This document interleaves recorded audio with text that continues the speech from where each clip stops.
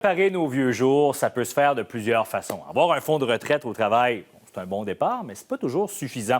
Certains qui vont faire des placements, on sait que c'est pas tout le monde qui est confortable avec ça, mais il existe oui, d'autres options, comme par exemple la rente viagère. On en discute ce soir avec notre collaborateur Jean-Sébastien Jutras, qui est planificateur financier. Salut Jean-Sébastien. Salut Simon. Première question, c'est tout simple, c'est quoi une rente viagère? Ben, c'est la première question qu'il faut se poser quand on parle de rente viagère. Dans le fond, une rente viagère, c'est offert par des compagnies d'assurance. Puis j'échange un montant d'argent, donc un montant d'argent que je détiens soit dans mon compte de banque, soit dans mon REER. Donc, je donne un montant à une compagnie d'assurance en échange d'un montant mensuel, d'un montant annuel que j'aurai tout le restant de ma vie. Donc, tant que je vais être en vie, j'aurai ce montant-là qui sera mensuel ou annuel. Donc, j'échange l'argent contre une rente que je vais avoir toute ma vie. On s'entend, là, la hausse des taux d'intérêt, ça nous cause bien des maux de tête, on la subit, mais la rente viagère, c'est une des façons d'en profiter. Là.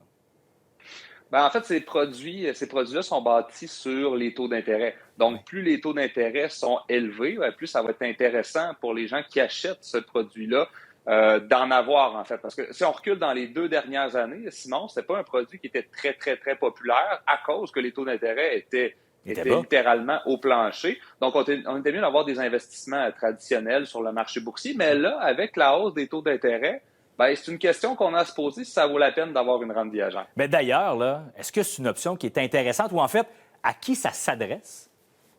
Ben, ça ne s'adresse pas à tout le monde parce qu'il y a un enjeu que quand on donne la rente viagère, ben, on donne des liquidités en échange d'un montant. Je pense que ça peut être intéressant pour des gens qui ont très peur du risque. Donc, les gens qui ont très peur du risque, ça peut devenir intéressant parce on a un montant on est garanti qu'on va recevoir. Donc, ça peut être intéressant. Mais pour des gens aussi qui ont envie de diversifier leur stratégie d'investissement. Donc, ça ne veut pas dire que, Simon, quand tout notre argent doit être sur le marché boursier ou tout notre argent doit être dans notre compte de banque. Donc, ça peut faire partie d'une stratégie de diversification. Ça peut être la partie sécuritaire ou une partie du sécuritaire de mon portefeuille d'investissement qui soit investi là-dedans. Pas avoir nos œufs tous dans le même panier. Là. Et j'aimerais ça qu'on prenne, Jean-Sébastien, un exemple ensemble. Ouais. Personne de 65 ans qui investit, par exemple, 100 000 dans une rente, qu'est-ce qu'il va obtenir au final?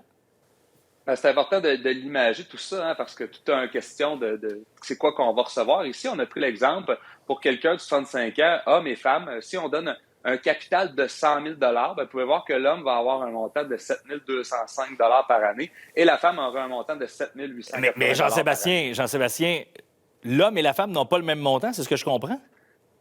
Ah oui, il n'y a pas d'équité, à ce volet-là, Simon, parce Pourquoi? que les assurances, c'est toujours un enjeu d'actuariat. Donc, les femmes vivent plus longtemps que les hommes. Donc, pour la compagnie d'assurance, il y a un risque plus élevé de prendre le 100 000 pour une femme que pour un homme, donc le montant. Et c'est à l'inverse, si vous achetez une assurance vie demain, ça va coûter plus cher pour un homme et moins cher pour une femme. C'est toute une question de risque pour la compagnie d'assurance. Quand même, mais il faut dire que ça prend une liquidité. Il faut avoir l'argent pour faire ce geste-là, quand même.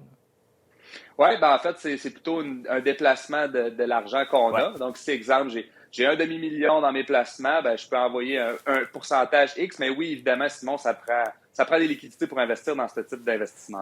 En quelques secondes, en terminant, si on décède quelques années après 65 ans, il se passe quoi? Il peut y avoir des garanties reliées à ces rentes-là. Ça peut être zéro. Donc, si je décède le lendemain, j'ai rien du tout. Il peut y avoir des garanties de 7 ans, 10 ans, jusqu'à 25 ans. Donc, si jamais je décédais après 5 ans, j'avais une garantie de 15 ans, on me verserait les 10 années qui manquent. Sébastien, merci d'avoir été des nôtres aujourd'hui. Toujours un plaisir. Merci, Simon.